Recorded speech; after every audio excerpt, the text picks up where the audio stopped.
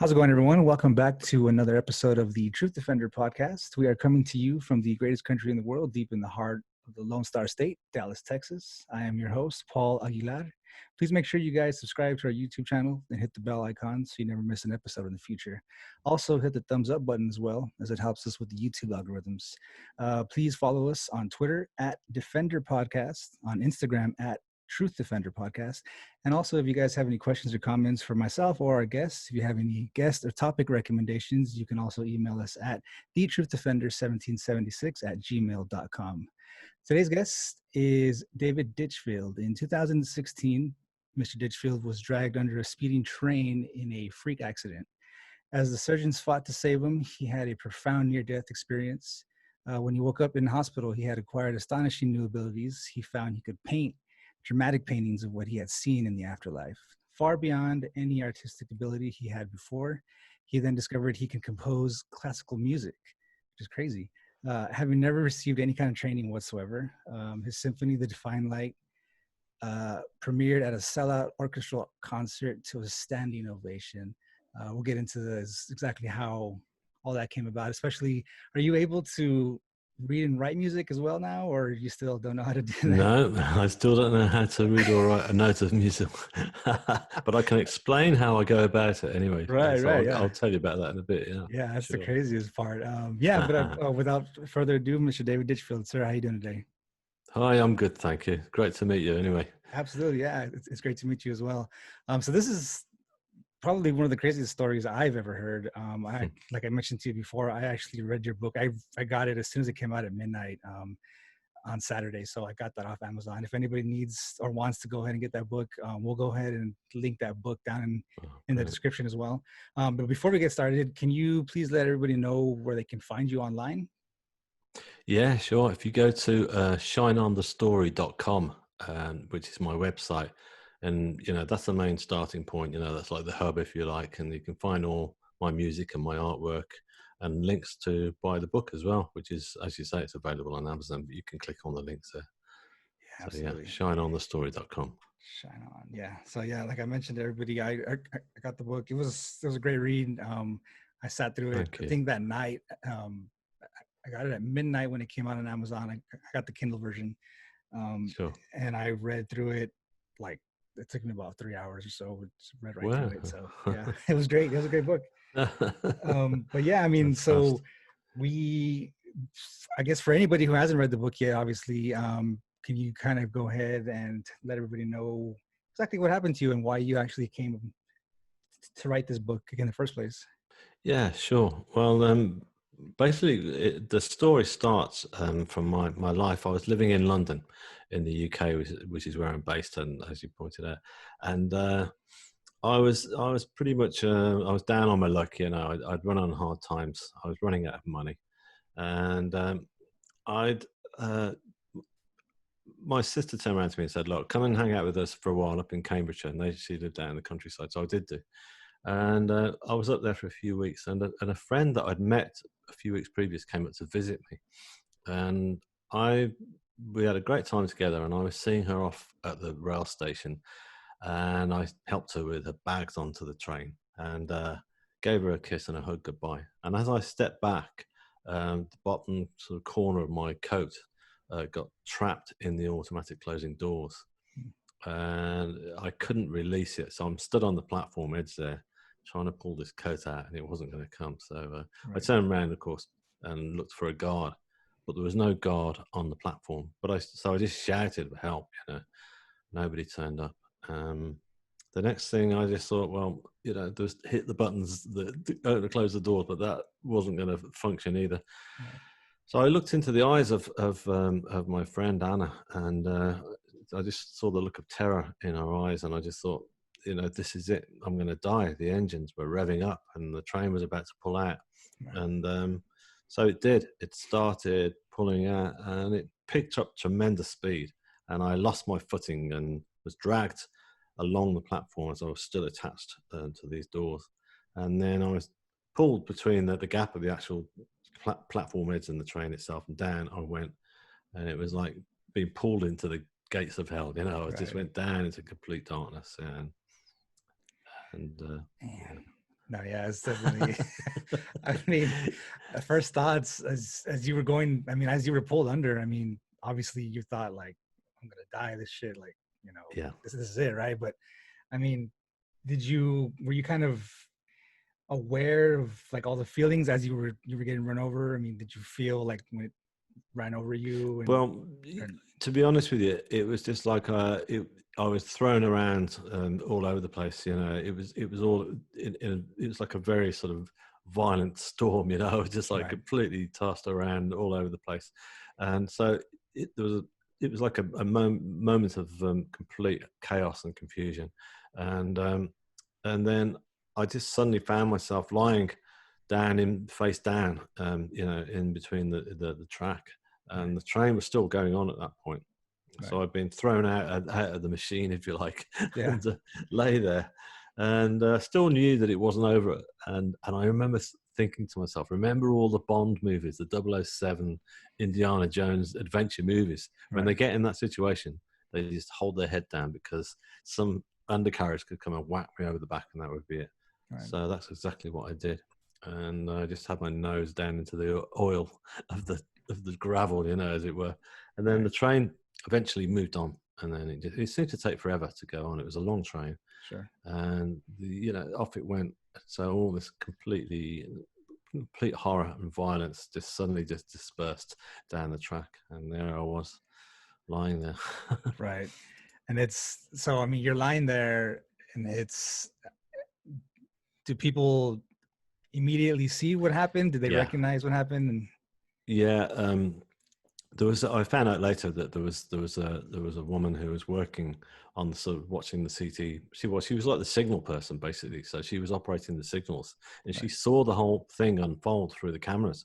But right, there was nothing she could do to actually stop the actual driver. So that was hell for her as well. So she alerted the services straight away, and the you know the ambulance guys were there within minutes. You know, because sure.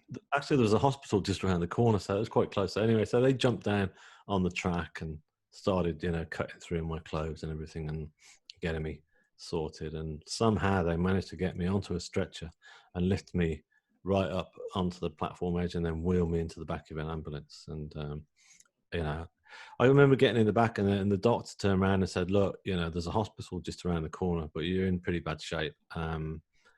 We'd like to take you to a better hospital that will save you. Are you up for that? I said, yeah, let's go. So Right, I remember the siren just went on and we just kind of like, you know, screamed down the highway, you know, full blast like a rocket taking off. sure. And next thing I knew, I was being wheeled into the emergency department at this hospital, and there's a whole crew of, you know, medics and surgeons and doctors waiting for me, or what have you, and all stood there in a semicircle. Sure. Um, so there I was lying there with all this frantic sort of, you know, sort of lots of all these voices going on over my head, you know, talking science, you know, sort of Yeah. desperately trying to save me, you know, because I was losing copious amounts of blood at that time, and so I was in tremendous pain, and you know, it was all pretty sort of hellish, and my family were there as well. They had arrived. They'd found out pretty quick, because my friend Anna, who I was seeing off, phoned my sister immediately Right, and said, David just gone under a train. I think he's dead, you know. right, And so, but they got to the hospital, and so they were there. And I remember them coming in to see me just before, because they had to wheel me straight into theatre to operate on me.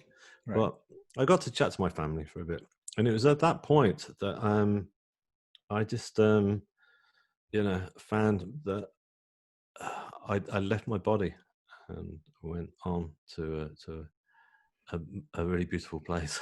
Sure. So yeah, would you like me to talk you through that? Yeah, yeah, absolutely. So I mean that obviously happened as soon as you got to hospital, you know, after you spoke with them and everything, did you kind of go through surgery after that? And is that where that happened, or how did you know how did that No, go no, through? it actually happened while I was in the emergency department before I actually went into surgery. So Okay. yeah, so it was when I was actually lying there with my family all around me. Yeah, yeah. Okay. So yeah. Yeah, yeah. So I mean, if you can go ahead and walk us through exactly Of maybe course, what you yeah. remember and, things Yeah, like oh, that. yeah, sure. Yeah, yeah, it's very, very clear to me still. So, as I say, I went from all the pain and the agony of lying, there in this hospital, and I was suddenly in what I felt was like a darkened room. It was a darkened. It felt like a beautiful darkened room there, not a, Like and evil. I looked, yeah, Yeah, yeah. and I looked all around me, and all all the pain had gone, and I just thought, where am I? And I just figured straight away, actually, at that point, that this is it, that I died. I'm now on the other side, and but there was no sense of fear or sort of worry or regrets or anything. I was just totally at ease with the Sure. fact that this is it.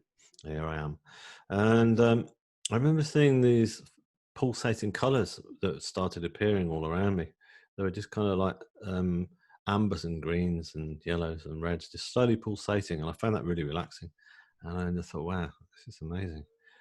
And I looked around me, and I realized I was no longer lay on a hospital trolley, but I was lay on a huge rock. It was like a slate rock, Mm. and like a big sort of, it was almost like a medieval altar, and Sure. I thought, but it felt really comfortable to be lying on, which you wouldn't think it would be, but it actually was.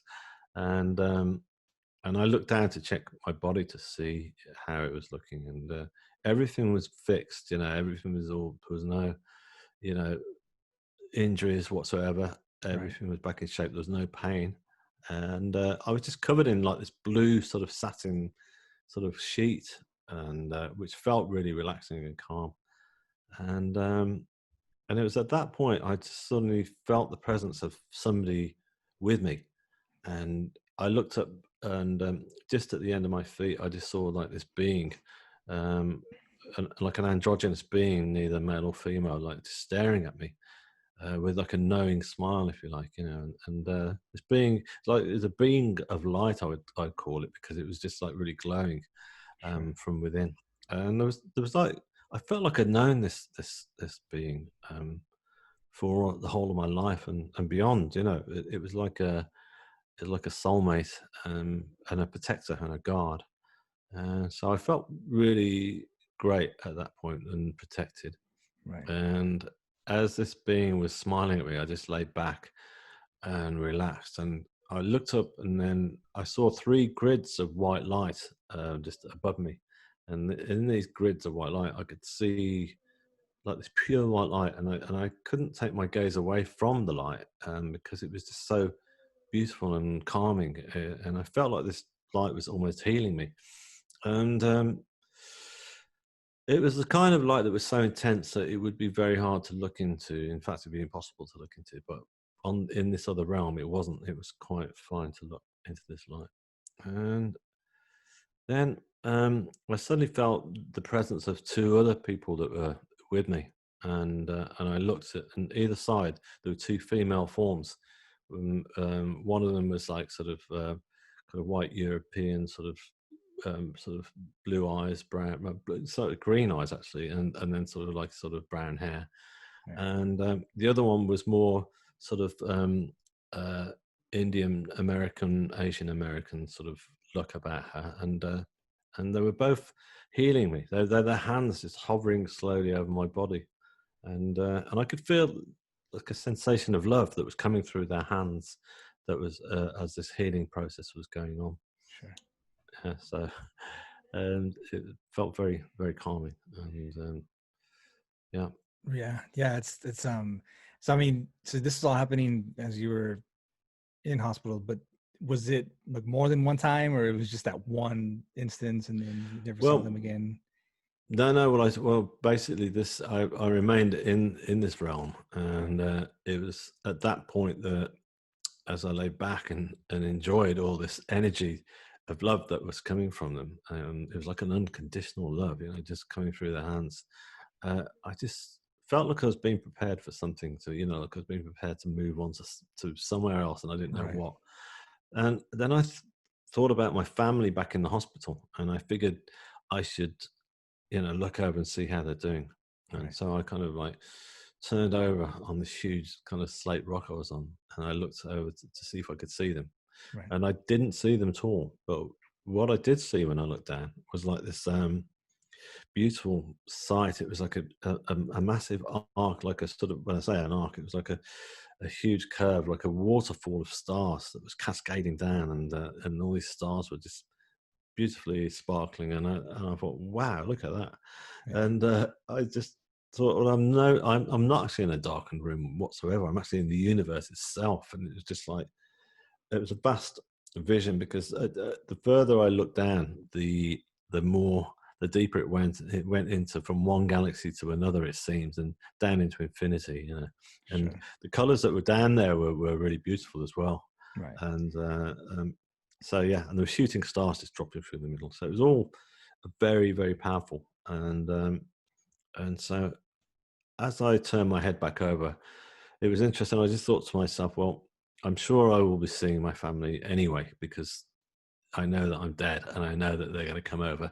They'll be experiencing all this themselves at some point, and you know, Sure. maybe I'll be seeing them. I don't know, but I didn't concern myself too much about it, Right. because all those feelings of concern and worry and irrational thoughts will disappear when you're in that realm.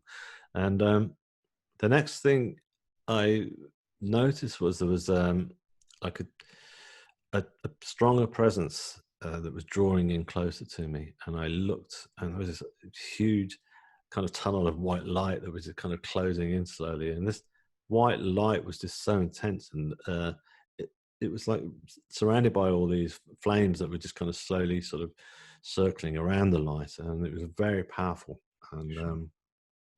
and I just knew straight away that this was God. This was the source of all creation. This is what it's here. This is where it all comes from. This is not the image of God that we've all been led to believe. You know, well, many of us anyway. That Right. the you know for especially in the Western world, which is kind of like, you know, the image of, say, God with a beard in the sky. It's not a Yeah. human form. Basically, is what I'm saying. No, it's not Sure. human, and it's this huge tunnel of white light, and that is the source of all creation.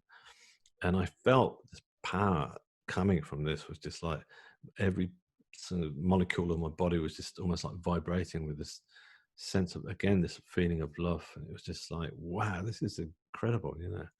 Yeah.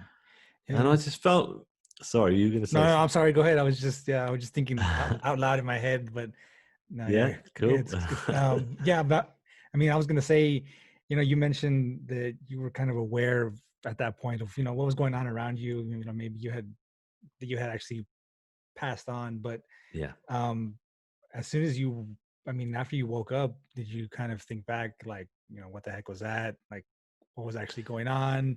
And at that point, had you been, well, up until that point, had you been religious in any kind of way? Um, you No, mentioned no. no, I hadn't. No, you know, when I came back, it was like crashing down to earth. You know, it was just like I was straight back into my physical body, with all the pain and anxiety was there, turned up high. You know, but Sure. interestingly enough, um, all I felt was, why did they send me back? It wasn't like, you know, yeah, there was, of course I was going, what was that? You know, what just Yeah. happened? But it all made sense that I just died, and I'd come back, and it was just an incredible thing. And all I could think at that point was like, I've got to tell the world. I didn't think anybody else had experienced this. I didn't know anything Sure. about near-death experiences at that point. And I thought, I've got to tell everybody. And in fact, Anna, who I'd been seeing off on the train, stepped up just before they took me through, and she said, they're going to take you through now. I said, okay. And I said, Anna, look, I've got something really amazing to tell you. It's something really important. And she was going, no, no, no. You know, she put her hand over my mouth. She said, tell me later, you know. And it was just like, I was so bursting with, wanted to tell the world, you know. So anyway, but yeah, when I came through from the anaesthetic, they put me in a room on my own in the hospital. And I remember going through the middle of the night afterwards, and it was just, I was lay there on my own, and part of me was dealing with the aftermath of the accident and thinking, what the hell happened there? You know, that accident, Yeah. and how come I survived it? And also the shock of it all, but also I was just laying in this room. I just got this machine bleeping away. It was like an R2D2 or whatever, Star Wars, just there Sure. bleeping in the dark. And it was also surreal. And I just thought, how am I going to tell everybody about this? So I just figured to myself, the best way I'm going to be able to do this is I'm going to have to paint it. I'm going to have to do a huge painting. And I've done nothing like this before, because I just figured that's the best way to be able to put it across so that everyone knows exactly what waits for us, on the other side when we pass over. Sure. Oh yeah, it's crazy. I mean, so you say you thought that maybe you should put it in a painting, and the fact that you hadn't done any kind of painting like that, whatsoever, is amazing for one. But I mean, so you figure that no one's gonna actually believe you, when you come back and you want to tell everybody your story. Eventually, when you told your family and everything what had happened, what was their response? Well, yeah, the response was great, actually. Yeah, it took me about a week to tell my parents about it, Sure. because they have a faith. They're Christians, and they go to church and stuff. So I thought this might just kind of like the gears might grind for them. They might kind of think, well, this doesn't come into our faith, which it doesn't, as they told me afterwards. But yeah, when I remember when I told them, my mother turned around to me and she said, they sat there and I was laying in the hospital, and I talked them through everything as I've just been telling you. And then my mum just turned around afterwards and she said, yeah, we know. And I said, how do you know? And it was it was like a mother's instinct, I guess. But she said, well, every time we walk in to see you in hospital, we walk into this room and you're glowing. You've got this, it's like this energy coming from you that's healing not healing everybody else, but caring for everybody else. The nurses around you, the family, it's just, you can hardly move, but you're giving out this strength. So she was saying that they knew something was different about me, that they noticed a change and they talked about it. So yeah, and just about everybody, I told my friends and family about it, and they very much wanted to hear about it, and they still do now. I mean, a lot has happened since, and they've seen the book come out and everything, and they're very much behind it. They don't kind of go, oh yeah, that thing that happened to you. Do you know what I mean? They Right, know right. that this is like a huge part of my life, and it's become a huge part of theirs as well. So yeah, I'm really proud. In fact, what I did was, I decided to interview all the people around me and kind of get, like, if you like, witness statements Sure. that I put in the back of the book. I don't know if you saw those Yeah, I saw on some your of them. Kindle. Yeah, and I just figured no one's done that before, and I thought it might be a nice idea, just so that you get like a different perspective. So it's not just me telling you a story. You've got Right, all the people around me. You can see they're in the book, so you get to know them, and right. you can just see what their take is on it. And so yeah. Yeah, yeah. So And I didn't prompt them. I just kind of said, no, "Here's the questions. Off you go." I need a statement right now. Yeah. Yeah. No, yeah. So I mean, I was one of the things that stuck out to me early on in the book when I was reading it. Right before you actually had the accident, you spoke of kind of having like a foreboding kind of feeling. Did you, like on Yeah. that day, was that Yes. something that you really thought about at the time, or you thought Oh back on it yeah. afterwards and you were like, oh, this is what I was feeling at that time? Yeah, no, it was very strong. It was. I remember that my friend Anna, she got to get back to London. It was important she got that train, but she seemed to be like kind of like taking her time, getting almost like she was resisting going, Trying to stall a and bit. Yeah. trying to stall at the moment. And then I remember my sister's cat came into the room, and he jumped up on top of this kind of like high sort of a piece of furniture. It was like a sort of like a wardrobe or whatever, and it was a very low ceiling. It was an old cottage that I was staying in, so he was just lodged himself right up there in this very unusual position. And I was going, "What are you doing up there?" And he was just like looking at me, and he just kept staring at me, and it's almost like I said, "Are you trying to tell me something?" Yeah. and, Yeah. and there was just a strange energy that I was very aware of. And in fact, as I left the house, I just turned around and said to my sister, something something's going on here. Something feels really odd, you know. Words to that effect, and stuff. And I actually asked my sister, I don't know why, but we were just about to leave, and I said, "Can you take a photograph of us, me and Anna?" You know, Right. and she was there with all the bags and everything, rushing for this train, and she went, "Yeah, okay," you know. And I've never seen that photograph. It was on my phone, so the phone got smashed, you know, in Ooh, the yeah. accidents. So I don't. That was really weird, and I wish I'd still got it. I wish I'd kept it, because it was just all very strange. But um, yeah, but yeah, something was trying to tell me that day that the energy just felt really odd. So it just goes to show that, you know, that everything was all coming to a point. It just wasn't just coincidence that I just got my coat trapped and then I went under the train. The whole thing was just leading up to that event. As I look back now in retrospect, you know. Yeah. Yeah. So, I mean, you were in the hospital and you obviously had a bunch of surgeries as well. You know, did, well, I mean, I know exactly what happened to you because I read the book. I've seen your interviews as well. But I mean, what kind of injuries did you have? Because going under the train, you would think that you would be run over by the train and you would just be, all Yeah, gone. But I know. This is it. I came out remarkably well. yeah, I mean, the worst injury that I did sustain was that my left arm got severed from the elbow down, right, and that's where I was losing all the blood. And they managed to save it. You know, when I arrived in the hospital, there was a young doctor a surgeon who was in charge of the whole thing.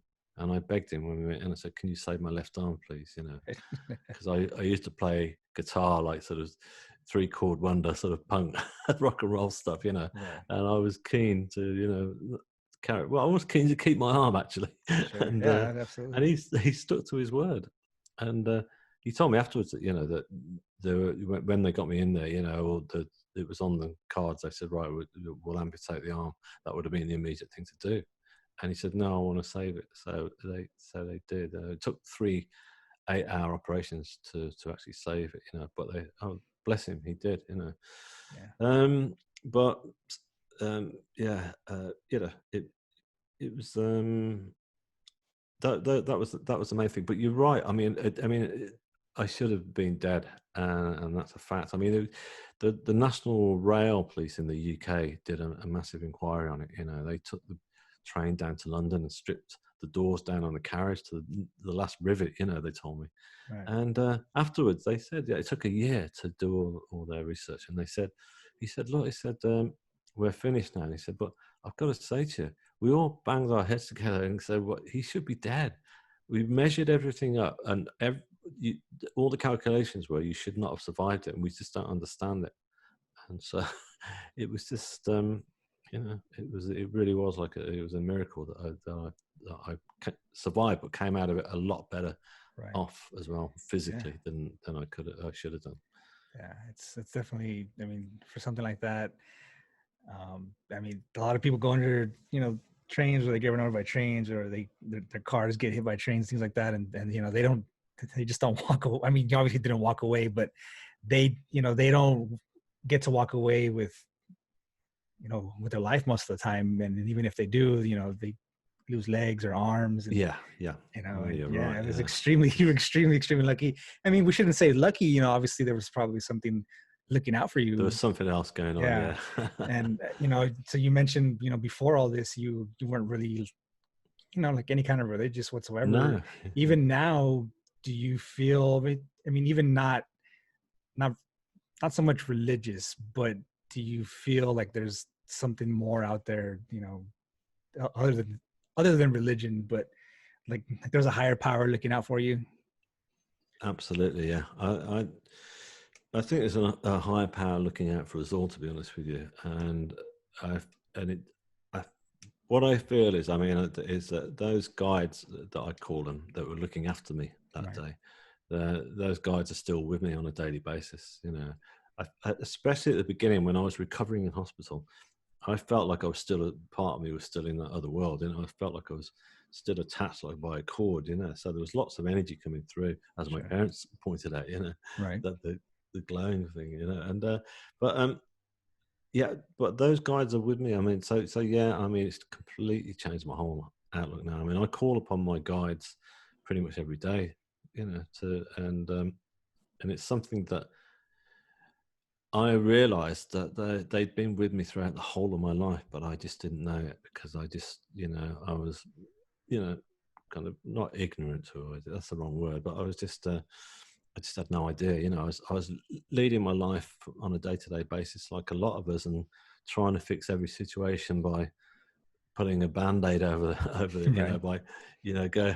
But at that time, what I was doing, I was struggling to get by, and I'd end up going down to the local bar and hanging out there trying to hustle work and drinking all my wages away, you know. So Right. that was my way of trying to deal with all my crises, you know, and stuff like that. But I realize now that you don't have to, that you can, you know, you can call upon these guides, which I feel and that we've all got, and I know that we've all got them there. Right. And so yeah, so it's, my faith is very strong. Yeah, I mean, it's just it's a very much a different thing.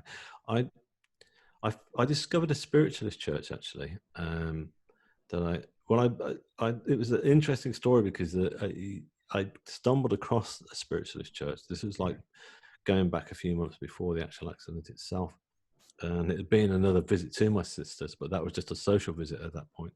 Right. And I was on the train, and there was an elderly couple sat opposite me, and they were confused as to where the next station was and what have you. We got chatting, and I helped them out where they needed to get off. And then the lady said to me, "Look, we're going to see a medium tonight." I was going, "Okay."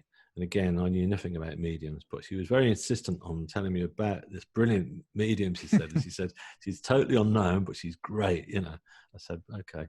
And she gave me this flyer, you know, like a small poster, and I folded it up and put it in my pocket. I said, "Thank you very much," you know. And she said, "Come along." I said, "Okay." And I arrived at my sister's, and there was quite a lot of stuff going on there when I arrived. They were quite busy, so I said, "Look, I'm just going to go and have a drink. I'm going to go down to the local pub and have a beer." So I did do.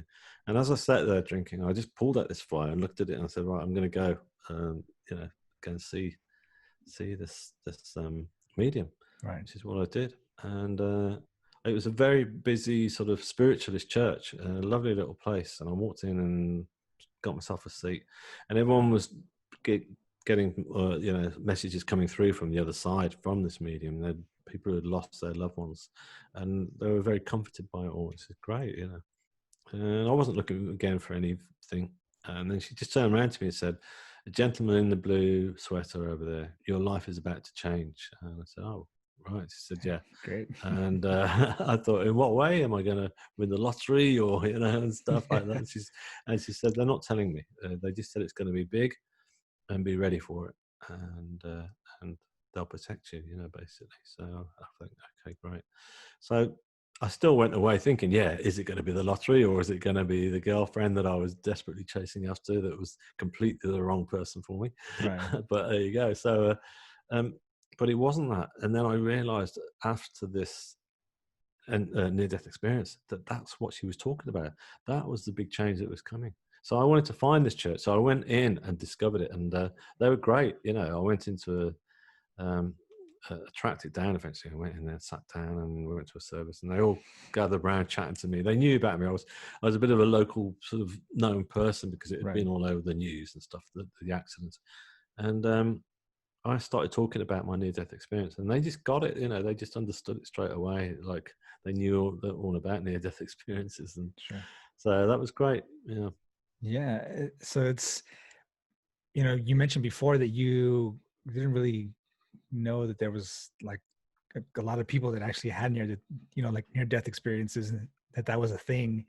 Yeah. But after all of that, you were kind of looking for answers afterwards. Did you run into other people with them as well, or did you kind of go out and look for other people that had the same experiences? Or Um, as soon as I recovered at my sister's house, and she said, "Come stay with us," and I was there, and they'd given me my own room and a laptop and stuff. And I remember looking at it, and then and I went online to see what I could find.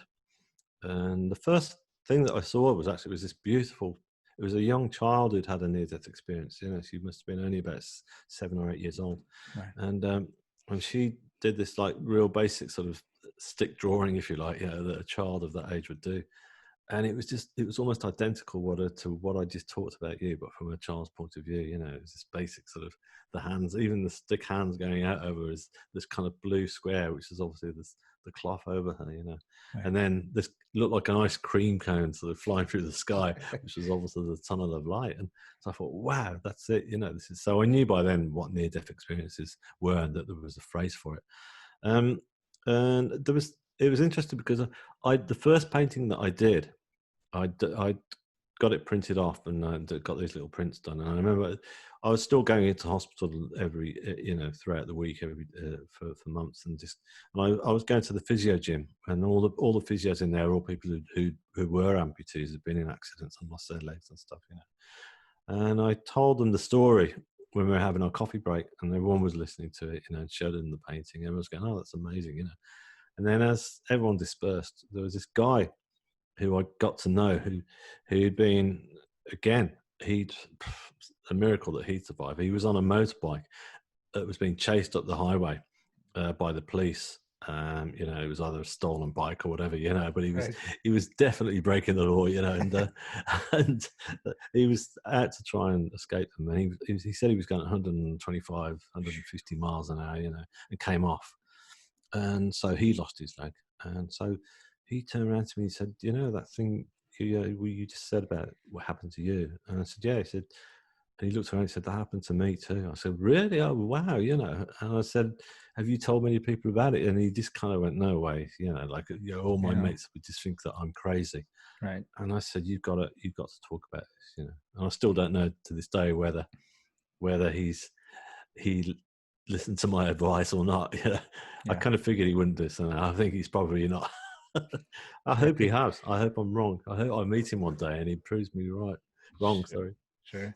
Yeah, it's definitely, I mean, it's, you know, especially with people, like I come from a military background, so I know a lot of people that, you know, they had near death experiences, and, you know, I've spoken with a few people here and there.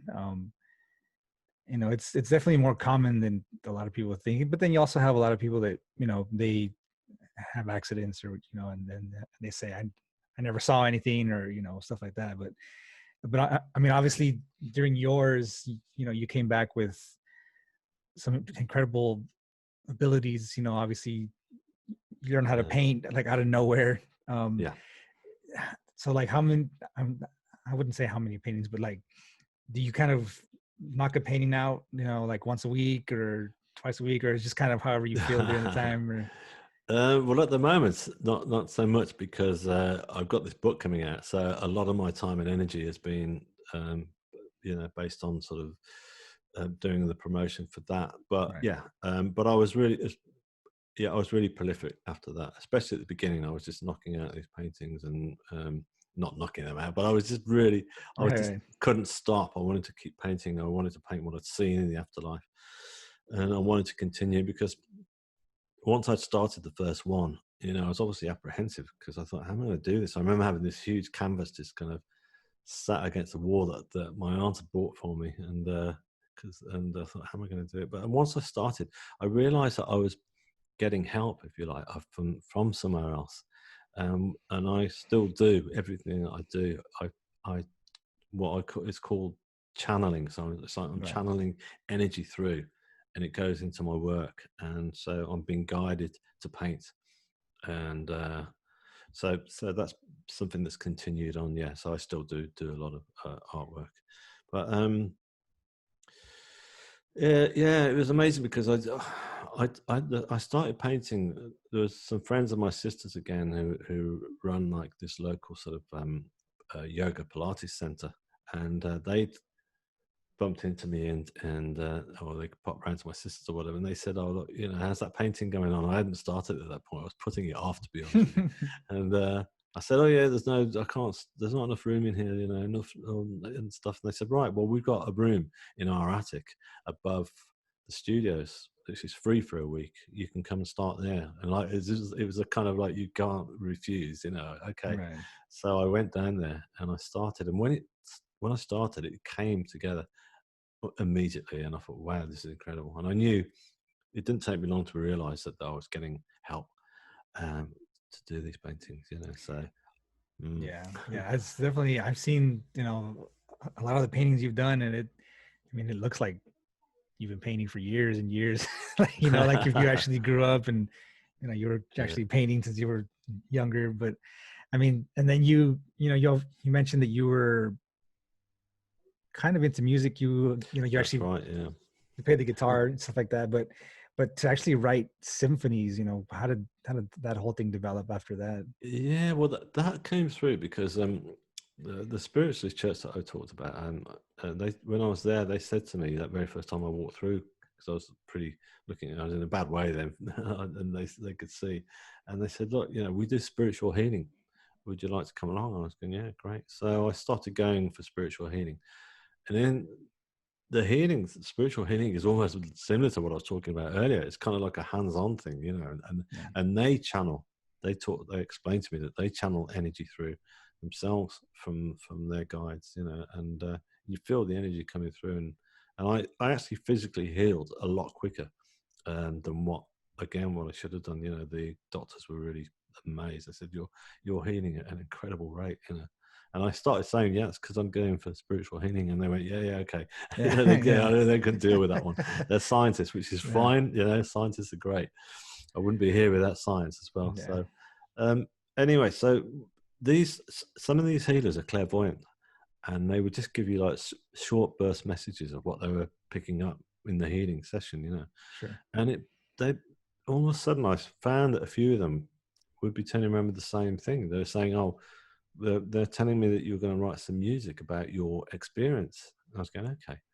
So I went back to my apartment, and I couldn't play guitar anymore, but I got an old synthesizer in my wardrobe. So I just pulled that out and started trying to bang some chords together on that. Because I thought, well, the only thing I knew was songs. You know, I thought I was going to be writing like a 3-minute pop song about my experience, but that just wasn't the case. Because I thought, again, like the paintings, it's got to be big. It's got to be a lot more, you know. And so that song just wasn't coming together. But one day I was sat there and this chord progression came through, and I thought, that sounds really nice. I like that, you know. So I recorded it onto a little old cassette recorder, which is all I got at that stage. And then I started developing it from there. And it became apparent to me that this was going to be more suitable for an orchestra to play. And I became friends with the local orchestra because the cellist from the orchestra used to come up and see my paintings at the yoga center, and we became friends. She said, what are you up to? And I told her I was writing this piece. I said, I think it should be played for orchestra one day, you know. She said, oh, well, maybe we could do it. You know, it was like a whimsical sort of just, maybe, you know, one day, you know. I thought, right, maybe, why not? You know, again, I thought, if I can do these paintings. So my brother said, look, I've got this, you know, piece of software that you can use, and when you can plug it into your laptop, and when you're playing, you know, on the keyboard, it will convert it into notation. And so that's exactly what I did. And then I got it all the score. I started hearing all the different instruments in my head, and they started to come through. Again, I was channeling ideas. I'd hear like a horn sound, and that would be the French horn part, you know, and so on and so on. And then I just put it all together, took it to the orchestra, and said, what do you think? And they said, yeah, okay, we'll do it. We'll give it a go. So they did. And it was amazing because I knew that I was getting help with the whole, not just the composition had finished at that point, but they helped me with, I don't know, getting it out there, as it were, because the orchestra, I wasn't thinking too much about it being a big deal. You know, I was happy to get it played. But the orchestra said, look, would you mind just saying a few words to the local press? We always do, you know, a piece that goes into advertise the concert. I said, yeah, sure.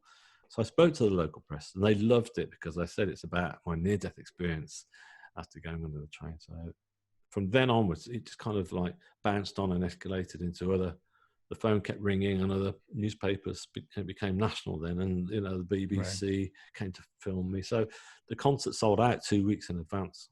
So it was an amazing night. Right. Yeah. How nerve-wracking was that? I mean, to never having written any kind of music whatsoever, still, you know, you don't write music really, but Yeah. you know, to actually put that all together. I mean, how long did that take? First off, but afterwards, It you know, did. Yeah. It took a hot, but from start to the actual concert, I'd say a year for everything to actually come together. Yeah. right. And so basically I was nervous. I'll tell you, the first time I was really nervous was the very first rehearsal that I went to, and I arrived there at the rehearsal, and I walked in. Part of me was feeling really confident because I knew I'd got all this energy that had helped me Right. bring it together, but I didn't know how it was going to sound. I got no idea, you know. And so I walked in there, and I remember the conductor turned around and said, "Oh, the composer's arrived." I was like, "Composer? I'm not, you know, I'm just a regular guy, you know." And orchestras are they're a lovely crowd, don't get me wrong, but it's quite daunting because it's a very kind of highly educated, middle class sort of arena, Right. you know. Right. And It's I not was my crowd. well, it just wasn't my background either, you know. So I just thought, wow. So I thought, am I out of my depth here, you know? And as I stepped forward, he said, "David, would you like to say a few words about your music?" Right. And I said, "No, that's okay, you know." I'm And he good. said, "No," and he said, "No, come on." So I stepped forward, and then once I started talking about it, I felt comfortable just relaying the story, and everyone was keen to hear about it. And off they went. And I remember, you know, the opening strings coming in, and straight away I knew that I'd nailed it, if you like. You know, it just felt beautiful. It was exactly. It took me straight back to that first moment in my apartment on my own with that cheap little old synthesizer playing those chords, because they were the Right. first ones that they played. And when they came in, I thought, yeah, this is it. They're playing exactly what I'd got in my mind, and it was just remarkable. But it's a lot better than that. I mean, I can assure you. I mean, it's an incredible experience to hear an orchestra play something that you've just done. Like, it's just like it's like a 3-dimensional sound. It's just like, wow. Right. So yeah, so I was blown away. So yeah, so there was a balance of nerves, but there was a balance of, like, you know, this is great, and I'm really enjoying this and stuff. Sure. And the concert itself, that was interesting because, you know, before I'd been used to sort of, you know, not that I'd had any great success, but, you know, when I played gigs, you know, there were always like 2 men and a dog, you know, in the audience, and there's me thrashing out a guitar and thinking, oh my God, when's this all going to be over, you know? Yeah. And feeling nervous as hell, you know. Whereas with this, I just sat there. That my family and I got front row seats, and we sat there, and it was the same feeling again. Once they started playing, there was a sense of nerves, how it was all going to go and how it was all going to pull together. But ultimately, I just enjoyed it, and it just felt beautiful, because the atmosphere, the energy in that room, in that place was just fantastic, you know. And Sure. and so I just kind of like, I was just really sort of resonating from that more than nerves. Sure. And is there anywhere that we can actually see the concert? I mean, you know, without actually having to go out there and in person? Yeah, well, you can listen to it Okay. if you go to my website, you can click on the SoundCloud links for free, and you can stream the music Sure. and listen to it. And Okay. there's a short a clip on there, which is of the rehearsal, which is the Okay. rehearsal before the night before, and that's. But unfortunately, at that stage, no, I didn't have the concert recorded. Recorded. Yeah, you know, I mean, there's just only so much you Yeah, can you just pull didn't think together, you about know, that it. stage, and I was just happy just to have it performed, really. But yeah, Sure. it would have been, but yeah, but you can see it's a beautiful piece of film. It's just a short clip, but it's stuff that the BBC came along and filmed at the rehearsal, literally, you know, the night before, I think it was. And so you can see, you'll be able to hear from that, you know, and it's a nice little snippet. Right. Yeah. Oh yeah, it's great. I'd definitely be interested to hear some of it. So the book came out this past weekend. What kind of response have you been getting for the book? Is everything great? Yeah, it's been great actually. Yeah, it's Yeah. been really good. We pre-order sales were really up. We were number one in the US and the UK in our category of sort of like reincarnation and near-death experience category, which is good. Because there's some big names in there, and Yeah. so we were like sort of edging our way up and thinking, wow, we're number 17 now, but when I looked last night, we were number one, and I opened Amazon today to see, a bestseller thing next to it. I thought, Awesome. wow. So yeah, I mean, we'll see where it all goes from here. I don't know, but there's the energy again, just like that concert has been very powerful. From the build up to the book coming out. Sure. It came out here on the 26th in the UK, and I think for you guys, the actual paperback came out on the 1st. So it would have been Right. yesterday. So Yeah. Yeah. So I got it at midnight Saturday, so Sunday morning on Kindle. So yeah. that's when I first got it. I was waiting for that alert, and it popped up it was like 5 till midnight, and I was bless like, you. Thank you. let's do it. And I read the whole thing. I didn't even sleep, so That's amazing. it's Yeah, pretty good. there's been a few people who've been saying that. There's a few people saying that it's a page turner, Right. page turner. They can't stop reading it and stuff. So there's been a few that have read it through, but that's the record that you've broken there. 3 hours. That's very commendable. I sat through it. I was waiting for it. I was watching TV here, and then I got the alert, and then I ran over to my Kindle, and it was already downloading. And then as soon as it was ready to go, I just popped it open, and we just sat through it. When I say it was me and my son, but I mean, my son was asleep. He was just laying next to me. So, that sounds but nice. we were just there and read the whole thing. So Fantastic. it was great. So have you actually gone out to speak like at any kind of like events for near-death experiences? Yeah.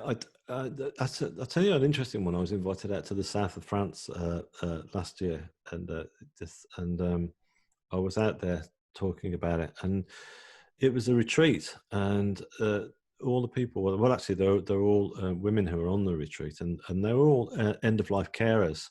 So they're working in hospices, looking for people, looking after people who are just about to pass. So they've got all various speakers there talking about various different things. Talking about new ways of like dealing with the caring of the body and what have you. And anyway, so they asked me to come along and talk about my near-death experience. So I did do, and that was great. I just they said, "Oh, can you just?" I thought I was just going to go along and just chat for a couple of hours, Sure. Once I'd agreed to it, they said, "Oh, we've got the whole day aside booked for you." I was going the whole day. I was going, okay, no worries. And so, but it was great. It was all very spontaneous, and there were such beautiful people who were running it, and all the people there were all beautiful because I was humbled by them. I mean, that a lot of the women there were like either doulas or end of life midwives. Sure. Soul midwives, as they're called, So the work they're doing is remarkable, and the fact that they really wanted to hear my story was just great. And what we decided to do was, I said, look, why don't we do a workshop in the afternoon? And so this was all agreed in advance. So the people who are running it said, yeah, we'll get all the paints in and stuff and paper and we'll do that. So we're out there in this beautiful remote place in the middle of nowhere with nobody around except for all these buzzards flying around in the sky, which is beautiful. It was like heavenly. We were just out on this terrace in the afternoon, and Holly, who's now become a really good friend who was running the retreat, said, why don't we have your music playing in the background? And I said, yeah, okay. So she said, we'll put it on repeat. I was going, no, everyone's going to go stir crazy on repeat. But they loved it. And it was just like, and it did actually work, just having my music just going around while they were painting. And so what I asked them to do was to paint what their vision of the afterlife would be like, what they figured it would be like, and paint what they thought their guides would be like, that I talked of. So some really interesting and beautiful paintings came out of that. And there's been a lot of interviews that I've been doing, but obviously with lockdown, it's all Right. been like this, but which is great. I mean, I love it. It's because it means that I can just reach out to somebody like you and just chat. You know, I haven't got to jump on a plane and fly all the way out to Texas. You know, it's like That'd be great I though. can We can just. get some barbecue and be, living it up out here. Oh yeah, yeah. Don't you worry. I want that side. I'd love to be able to come out there as well. You know, Yeah, and hopefully I will. Hopefully that will be the case. Let's hope that, because US sales have been really good. There've been a lot of people in the US have been buying the book, which is great. You know, there's just Right. like, I think coming on and doing all these interviews and chatting to everybody from various parts of the states, Right. there's been lovely feedback. People getting back to me saying, "Oh, I heard you, chatting on this and this station or that station or what have you." So yeah, so thanks everyone who is buying it. You know, Yeah. it's a real honor that you're interested in my story. It Oh really is. yeah. So, yeah. It's definitely a great story. It's speaking to it with my wife as well before. She was real interested in it as well. She actually started reading the book this morning, so she's going to go through it now. Oh, So fantastic. it's definitely, my wife's actually from the Philippines, but she was like he got run over by a train. I was like, yeah, and she's like, he's not dead. I was like, no, thank God he's not. She's like, it's amazing, right? So she's wanted to read the Yeah. whole story now, Oh, and brilliant. it's Bless her. so Right. Hope she that's reads definitely it. next. Like we have a lot of family members that are actually really really spiritual, so Oh, great. I put them onto it as well, and they, Yeah. I have like some uncles and stuff like that that actually want to read the book, so they're probably gonna end up having to buy it as well because they Yeah. want to read it. So Great. we got them on That's it. great to So hear. yeah, Fantastic. Thank you. absolutely. But Thanks for yeah, spreading the word for me. oh yeah, Thank we're you. spreading the word out here big time. So it's definitely a great story. But I mean, Brilliant. so now after all this, is hopefully not, I'm not gonna say done yet, but you'll Mm. continue to paint, things like that. Hopefully Yeah. make another book, make some more music. But Well, yeah, the music stick keeps coming. Yeah. Yeah. I've been working on a new piece, actually, a new piece for orchestra. And so that's in between doing all this work. I want to try and get that together. And hopefully an orchestra will be able to perform it. At this stage they can't, because they can't meet. yeah, Obviously that's another thing that's been hit by the lockdown, so there's no orchestra. But by the time I've got everything settled down and I've got everything ready for them, hopefully by then they'll be able to start looking at it. And because they're keen to. I spoke to the conductor of the Cambridge Orchestra about it, and he knows about me, and he said, yeah, let's have a look at it. So yeah, so I'll let you know, if what happens there. It's a new piece. Yeah, so I'm pleased with that. I'm pleased with the way that's coming on. So definitely have to get that one recorded, especially on video as well or something. So oh yeah, no, a lot you're of right. people I can will watch have it. to, won't I? Yeah, yeah. I'm glad you said that. You see, because I probably wouldn't have done. I probably would have forgot all about it, and then everyone was saying, "Why didn't you video it?" It's like, Yeah, I good definitely point. want to take a look at it. Especially Yeah, for a lot of people that can't make it out there, even without the lockdown, just so, other people just wouldn't be able to make it out there. But we definitely, maybe have it on your website, or we can, like have it on YouTube or something. But that's yeah, yeah. definitely something we can all take a look at as well. Yeah, well, as I say, I mean, a lot of people have been listening to that first symphony that I did through the website. So Mhm. please, anybody who's just just come on now listening, please just go and have a look on it on there. Yeah, Shine. Sorry to keep plugging it, but it's just, No, if no, people yeah. want to know, it's Shine on the Store. Yeah, .com. shineonthestory.com. So please go and have a look, and then you'll find all the links there. And you can, as I say, I'm streaming it for free. I'm not charging anybody to listen to that. But it's been lovely because people have been reading the book and then going onto the website and listening to the music, and then it gives it a new dimension. They can look at the paintings as well. So the whole journey is quite a three-dimensional thing. Yeah, because the fact that those two creative forms came through has really helped to get the story out there, because that's what it's been about, to be honest with you, right from the start, right from the very off, was like, how can I tell people about this, and what is my mission? I just Right. kept lying there thinking, why have they sent me back? What is it I've got to do?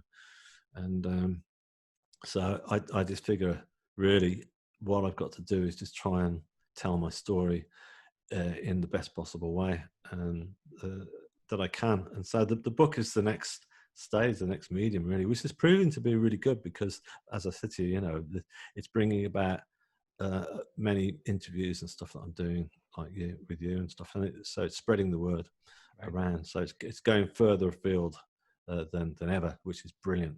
So let's see where the book goes. I mean, the energy feels really good at the moment. Like there's a lot of interest at this stage, and there's people, getting back to me and people buying it. And so I just hope that continues to sort of open Expand, like a flower, as it were, or a ripple. Probably that's the best way to put it. It's a ripple in the ocean at the moment. Let's hope that ripple just becomes a wave. Yeah, I mean, it's definitely a crazy story as far as you going into painting and then actually writing music and then now writing a book. I mean, it's definitely a lot of firsts, right? So. Well, it is because I'm also dyslexic. So right.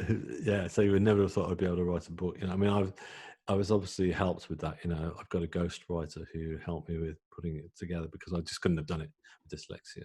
Because I was interesting enough, they kept also telling me. I remember that these mediums, they say, they keep telling me, you're going to write your story, you've got to write it. And I was going, yeah, I wish. It's going to take me a lifetime, But there you go. So it's out. Now, you got a book, and it's mad, Yeah, I'll be able to go back to my teachers at school who had no faith in me whatsoever and say, there you go.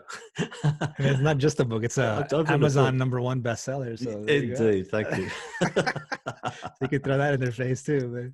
But no, yeah. All right, Mr. Ditchfield, I really appreciate your time. It was a great story. I had a blast here. Just once again, let everybody know about your website and where they can actually find your book. Yeah, sure. So if you go to shineonthestory.com and have a look there, and you'll find everything in there. And Amazon is probably your best bet in the States, and well, wherever people are getting it in New Zealand, Australia. So yeah, Amazon.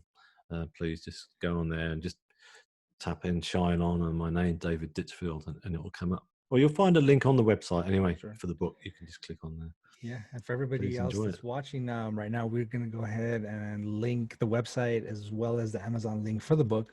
And do you actually have like any kind of social media where anybody can follow you as well? Yeah, sure. Yeah, I mean, I've got a Facebook page. So if you go to David Ditchfield NDE and find me there.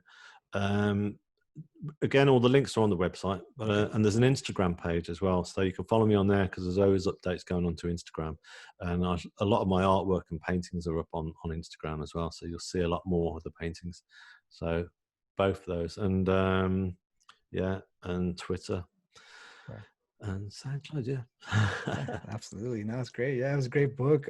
We're definitely going to be spreading the word out here as well, getting it out to as much people as we can. It was a great book, and this was a great time. I really appreciate it. For all you guys out there, please go ahead and pick up Mr. Ditchfield's book. Like you said, you can go to his website and find that. You can find him on Facebook and Instagram as well. And as far as us, if you guys would please go ahead and subscribe to our YouTube channel, hit that bell icon so you never miss an episode in the future.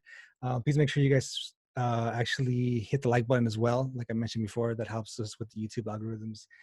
Please follow us on Twitter at Defender Podcast, on Instagram at Truth Defender Podcast, and you can also email us at thetruthDefender1776@gmail.com with any kind of questions or comments for our guests or for us as well, guest or topic recommendations. So for another show, I really appreciate you guys being here straight from the heart of Texas, Dallas, Texas. I am your host, Paul Aguilar. Thank you very much, everybody, and we'll see you on the next one.